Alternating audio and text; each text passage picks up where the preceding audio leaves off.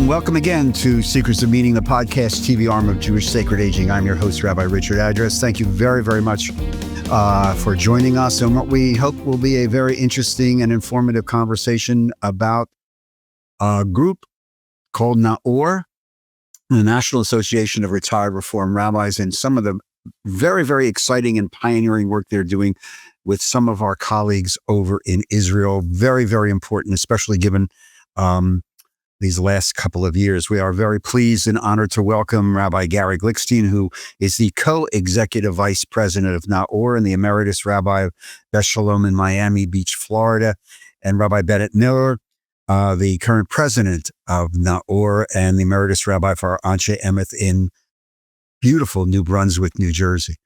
Gary, Bennett, welcome. Thank you very, very much for your time. This is something that's very, very powerful that you guys are creating. At the NAORRR convention last January, a couple of months, well, 7 months ago, you debuted this program with rabbis from Israel who are associated with Maram, M-A-R-A-M. Could you just walk us through, what Maram is, or what this program was and why it's so important? Let me start with Bennett as the president. Okay. Thanks, Richie. Great to be with you. Maram is the equivalent of CCAR for American rabbis. Maram is for Reform rabbis in Israel. It is their professional rabbinic organization. When we were putting together the program for our national convention, held in January in San Diego, the events of October 7th and the continued aftermath of that was very present in our minds. And we decided that we wanted to see if we could invite a group of Maram rabbis to fly over and be with us during the convention, to share with us what they had learned over the course of all of these months since October the 7th, and to teach us as well. And so we were in touch with them through the IMPJ, the Israel Movement for Progressive Judaism, and 4 rabbis were selected. And then we invited another organization called PAR, the Pacific Association of Reform Rabbis, which was holding its convention immediately after ours, to partner with us. And so these folks from Maram came to our convention and to the PAR convention as well. We gave them the following instructions. We wanted them to lead us in Shacharit morning prayer services on the first day and the third day of the convention. The first day with the theme of dealing with the trauma, and especially using prayers and literature material that they have been using in their congregations and communities since October the 7th. And then on the third day, again using material that they've been using on the theme of hope and resilience, and they were really wonderful about doing that, and as a result, what they did was just incredible. The other thing was we asked them to mix with our folks, and we assigned different colleagues to serve as hosts for them. So the truth was they were never left alone, and in fact they really clicked with our group as well. And then the third component would be one of them has been leading Havdalah services in what's called now Hostages Square in Tel Aviv every Saturday night following October the 7th. And we asked her to lead us in Havdalah with her colleagues in the same way that she's been doing in Tel Aviv. And so she did that. And to say that they were successful and everything that we had asked for is really an understatement. They brought a real connection for us, between us and them. And we, by the way, gave them a break from the intensity and the continued trauma of everything that they have been living with in Israel. In fact, two of them had never been outside of Israel, had never been to the United States. One of them grew up in Ukraine, if you can imagine, and her father is still in Ukraine, and her mother is currently in Poland dealing with cancer. And her name is Miriam Klimova. Her husband, at the time of the convention, was in the reserves, was on the front line. I'm not sure if he was in Gaza or in the north, but he was serving back in the army. Gary, so you brought these colleagues over, they mixed, they spoke, they led services. They went to the next convention, then they went home.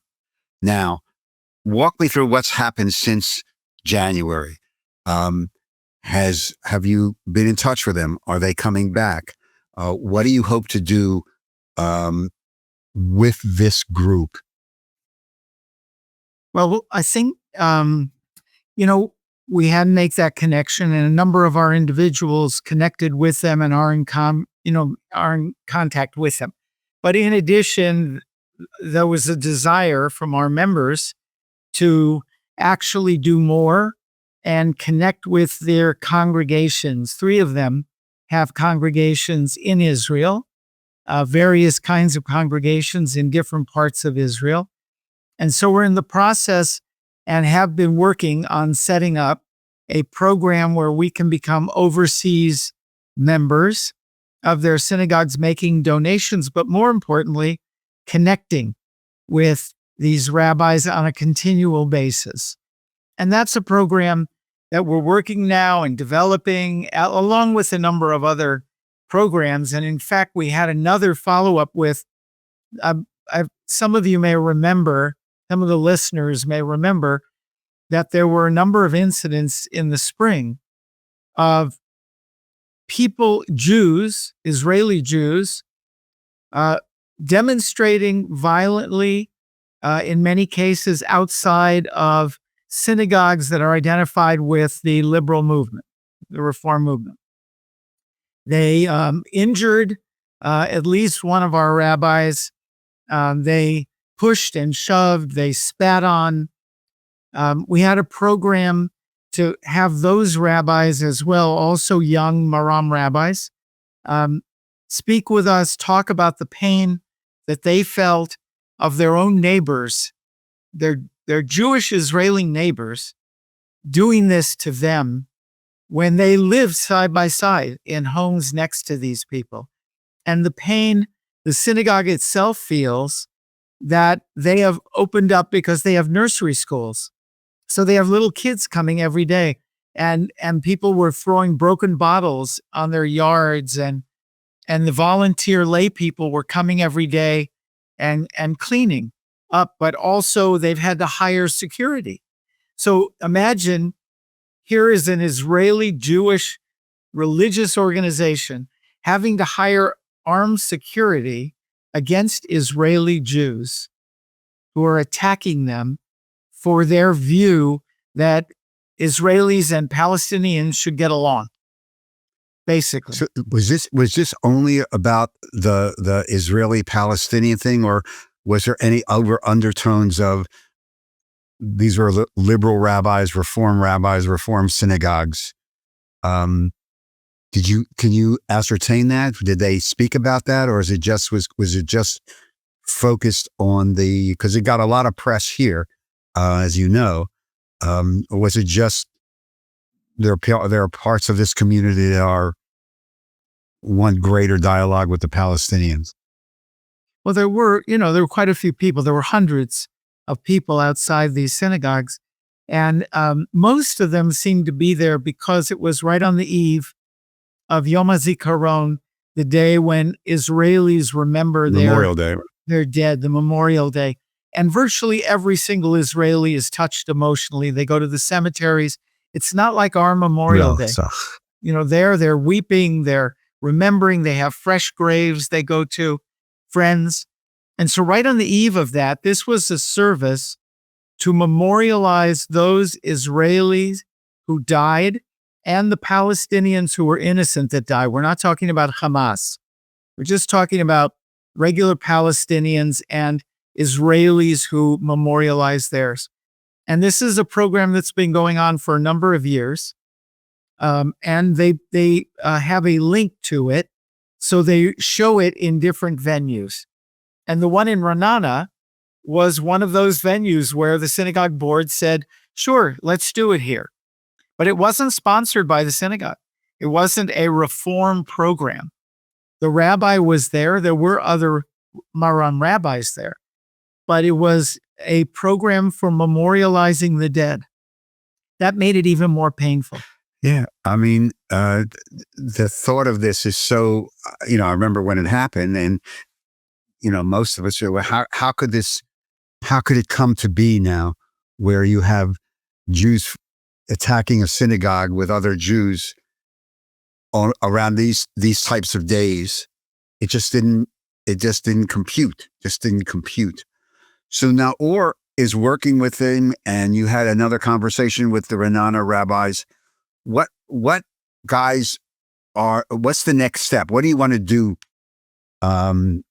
Next step. Are you talking about sponsorship? Are you talking about adopt a synagogue type of program? Are you talking about a NAORRR trip to Israel where you visit these congregations? All of the above, none of the above, different, or are things still in formation?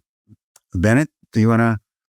Well, one of the things we've been doing since October 7th is about every other month we've had a Zoom program that we've entitled Report from Israel, in which we have met with, not in every case, but most of the cases,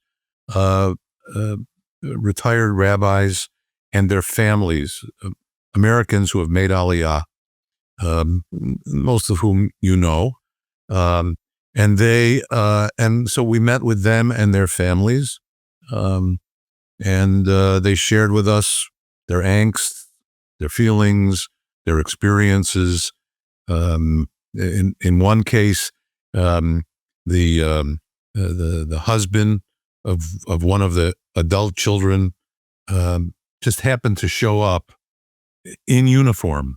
His wife didn't know had come back from the reserves, and it was a pretty emotional, homecoming of sorts. And another one, we asked them how their children were doing, and the 13-year-old son informed his parents at that moment that he bought himself a knife, and he sleeps with the knife every night when he goes to bed. His parents had no idea until that moment when he shared that with them. They thought that their kids felt, really pretty safe, and it was a real eye opener. So each one of these sessions has been pretty powerful. And also, Bennett, about next convention, right? Right. Yes. Know that we intend to bring Maram rabbis because it was such a powerful, experience for our members as well as for them. I would imagine that these congregations and our colleagues there, the fact that they have this connection with NAORRR, with perhaps potentially American or North American congregations, even though the distance is long, but thanks to electronics, if nothing else, they feel connected and not alone. Because I would imagine that there would be times when they would be feeling quite isolated, given everything that's going on, especially, you're talking about these outbreaks at the synagogues. The psycho-spiritual component of this, because there probably was not a class at HUC in Jerusalem on this. My sense is that they didn't cover this in their human relations curriculum. So you're planning for the next convention, which is in January in Atlanta. You're going to bring back another cadre, or the same colleagues or different colleagues, or you don't know yet? We don't really know, but our expectation is we'll bring over another group. And basically do the same thing. And just this is just making the relationships and the connections. That's right. And what can they teach us? And what wisdom can we share with them? What can we share with them? They're in the middle of a war zone, with terrible consequences. They're being pawns, and God knows what geopolitical chess game is going on, none of which, despite Dr. Rifkin, we may be able to figure out. What can, even the broader sense, what can, in your guys' opinion, the American Jewish community, our colleagues here, do for our colleagues there?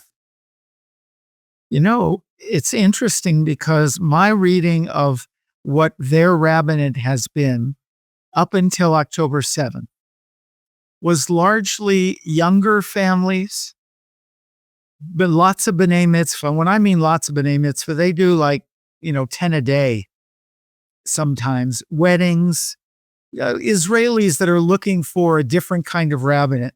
And the traditional rabbi in Israel has been an Orthodox rabbi, right? And so their world of orthodoxy is, you could do this. This is kashrut. This is not.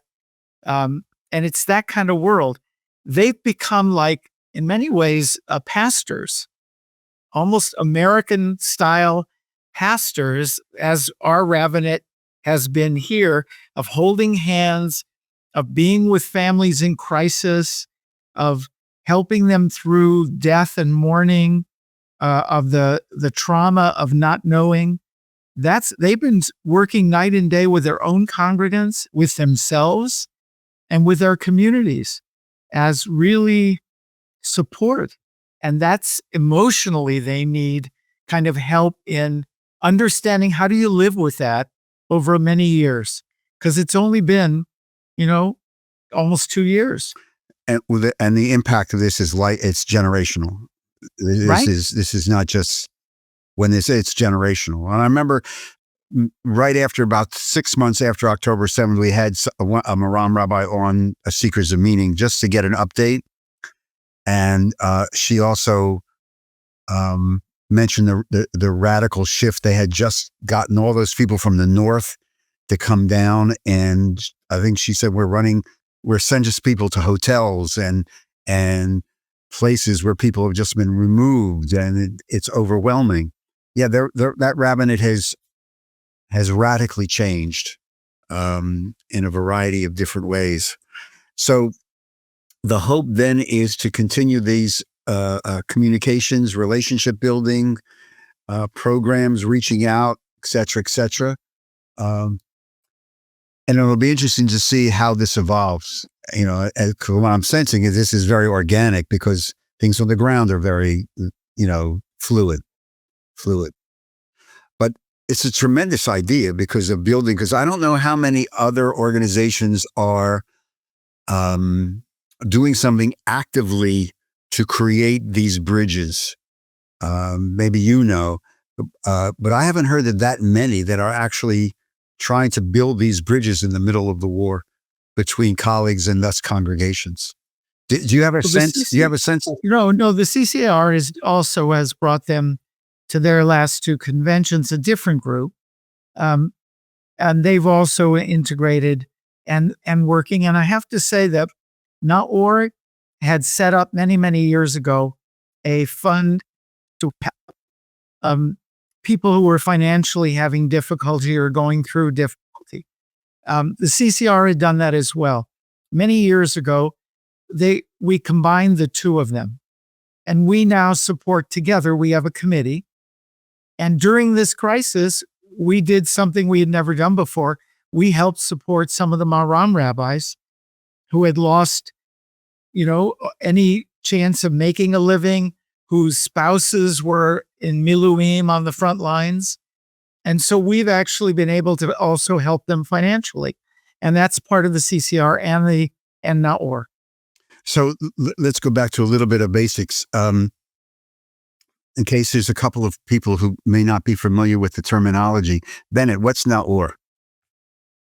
NAORRR is the North American Organization of Retired Reform Rabbis. And it is how many years old? Ooh, that's a good question. 80s. Goes back to the 80s, about 85.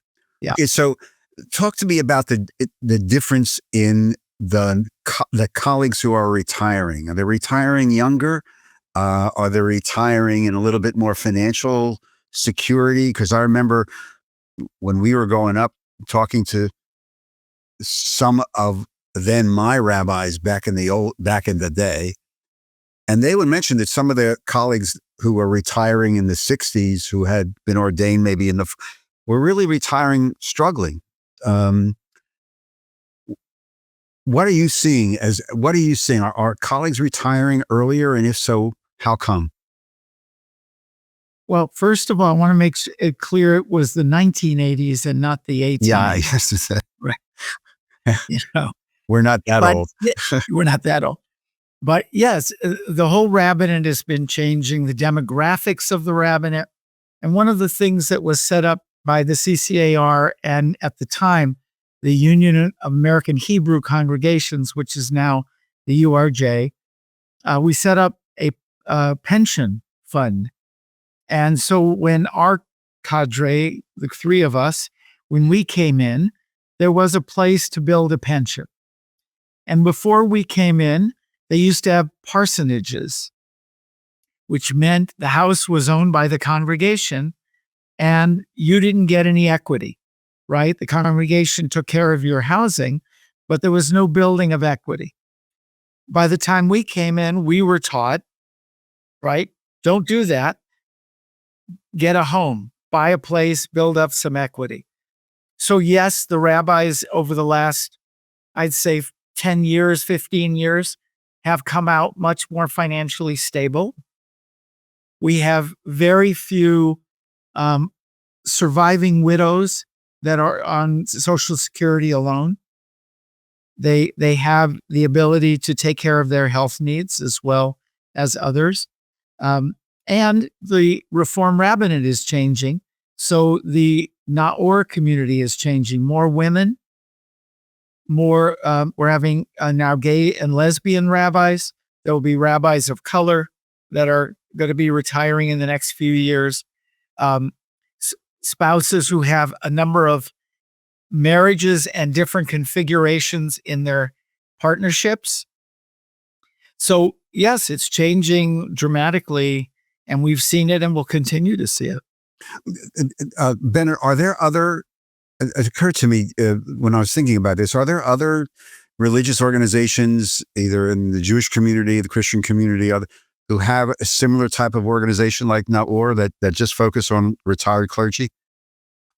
I would assume so, but I'm not familiar with them. Yeah, that's why I had, because I'm not familiar with them either. And it just seems to be such a because the concerns in many ways of colleagues now in their 60s, 70s, 80s, and 90s obviously are quite different than ones in their 20s, 30s, and 40s. And I know NAORRR is trying to expand that as well, because the nature of change in the rabbinate and just living and relationships and changes.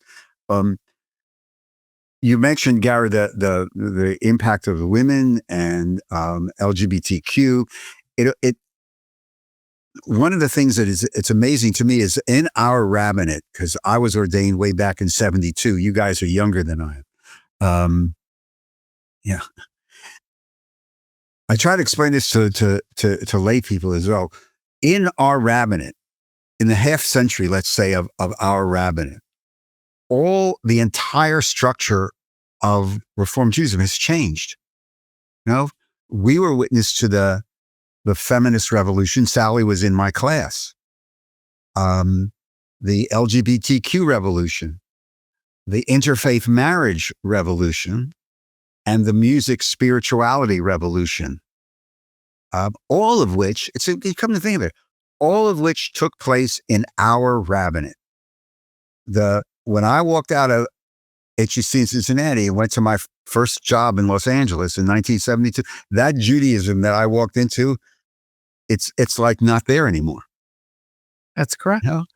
And it is totally different in every aspect. Even our Israel, we talk about Oh, yeah. Israel, the rabbinate we came into was basically post 67, 73. It was a very different Israel relation to us and us to them than it is post Lebanon and now post October 7th. And the way we relate to it and the way the young rabbis today are looking at Israel and the United States. There are gaps in the way our different generations Oh, yeah. look at that. Have you? And that's affecting us. No, I was going to say, have you picked up in the NAORRR membership, which is, there's a lot of younger colleagues coming in now. From the last time I was at a convention I think it's 2 years ago, it was in Florida. Have you picked up a not so subtle shift in, I'm 100% supporting of Israel regardless? Have you started to see this shift? It not really. The only difference is when we would write, when we would say things like, NAORRR stands with Israel, some of our younger members would want us to say NAORRR stands with the people of Israel, right? To distinguish between the government, that notion that we should be clear about where we stand, with whom we stand. That's a little shift, but no, we're still dealing with a heavily Zionist, supportive of the state of Israel in general, critical of the government, just as I would say the CCAR and most American Jews are. Bennett, as the president of NAORRR, I want to just, before we start running out of time, this is the Association of Retired Reform Rabbis. Has there been any conversation, and let me preface this because I've had a conversation with boards of rabbis here in South Jersey and in Philly about this, to expanding this to including retired cantors and sort of like the retired Reformed clergy, or not? Or is this totally off the wall? No, I think the answer is not yet. Not yet.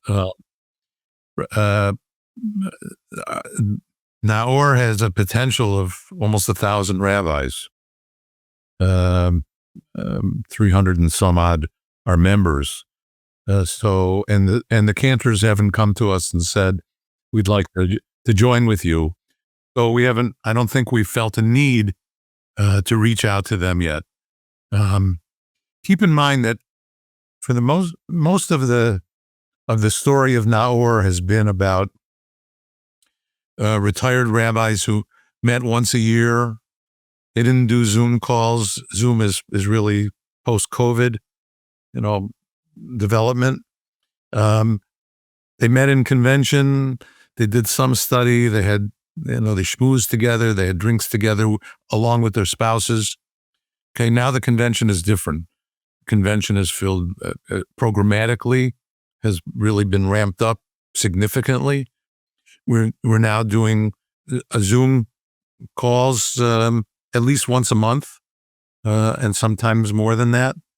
Some of that I think is because the members are, whether they're vocally demanding it or not, they're demanding it, and that's going to change even more because more and more Reform rabbis are not coming out of congregations; they're coming out of all kinds of different work. So the whole nature of the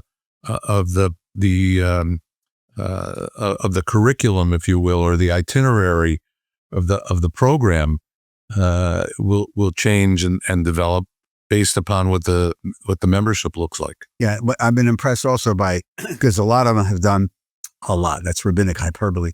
Several have done podcasts for us, quote, retired rabbis who've then gone on to starting to write novels and do other things. They've just transitioned into a different type of their rabbinate. And I would assume that NAORRR will see more of that. especially as colleagues retire, quote, leave their full-time work younger. I would not be surprised in a convention having 7 sessions on the how to be your entrepreneurial rabbi now that you've left this position, but I want to do this, since there's so many more of our younger colleagues, well, as you say, not going into congregational life, but going into what they call the entrepreneurial rabbinate. Before we end, there may be some colleagues who will watch or listen to this who may be a year or 2 years, maybe 3 years away from saying, okay, I'm going to hang up, I'm going to leave. It's time for the transition out. What advice would you give them? Gary? I would say prepare. You got to prepare yourself more. There are 2 steps of preparation, I think, that are essential. You have to psychologically go through what it means to no longer be in the position that you've held, and how that feeds you. Because when you step out, whatever it is, particularly in a congregation where you're looked to by so many different people in so many ways, when you step out of that, you often can be off like a precipice into a very different experience.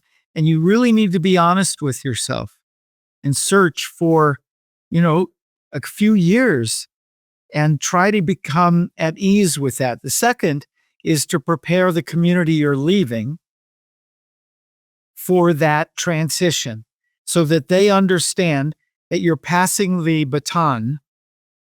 You've been part of the race with them, but the race continues. The work continues. There will be another. And they need to move just as you need to move. And I think that takes a lot of work. CCR is doing some work and giving some help in that area, but it's a lot of personal work. And the ones that do it well have a very successful post full-time rabbinate. Yes. And those that don't, they have difficulty. Bennett, anything to add? Well, just that I think we want to help our colleagues to recognize that retired doesn't mean sitting around waiting to die. Oh, amen. It can and it should mean preparing, as Gary said, preparing for the next, the next position, the next whatever you're going to do, and encouraging our colleagues to do that, because I think a lot of them are bored, and we haven't really built into our system a lot of opportunities outside of interim rabbinic positions, but teaching, not necessarily looking for remuneration, but teaching, whether that's teaching either in the synagogues that they were a part of before or in other synagogues, or teaching in independent or assisted living facilities. Those are communities that will, really welcome people to be able to do that, and letting our colleagues know that this is the way to continue to do the sacred work that we were trained to do in the beginning. Rabbi Bennett Miller, Rabbi Gary Glickstein, thank you very, very much. The Maram program sounds wonderful. Good luck with that. It's major mitzvah work. Just for no other reason that you're providing this bridge and telling these colleagues you're not alone, that there's a community that loves you and supports you and is also there for you. Kol hakavod. Thank you very much. Just stay healthy. Thanks for inviting us. Sure. Thank you. To all of you, thank you very, very much for joining us on today's edition of Seekers of Meaning, the podcast TV arm of Jewish Sacred Aging. Again, if you'd like to make a comment or suggestion, please feel free to email me at rabbiaddress@jewishsacredaging.com. Visit the website, jewishsacredaging.com. And if you'd like to help support our work, there's a very conveniently located donate button on the website. Just click it and just follow the prompts. It's a tax-free donation. Thank you very much. Seekers of Meaning is produced at the Broadcast Center of Lubetkin Media Companies in Cherry Hill, New Jersey. And a big thank you to our genius guru webmaster, Steve Lubetkin. Thank you very much for joining us. We do appreciate your time and your interest. Keep in touch with us. We appreciate hearing from you. Until we see each other again on the next Seekers of Meaning, take care of yourself, stay healthy, and most of all, be kind to one another. Shalom, Todah, thank you.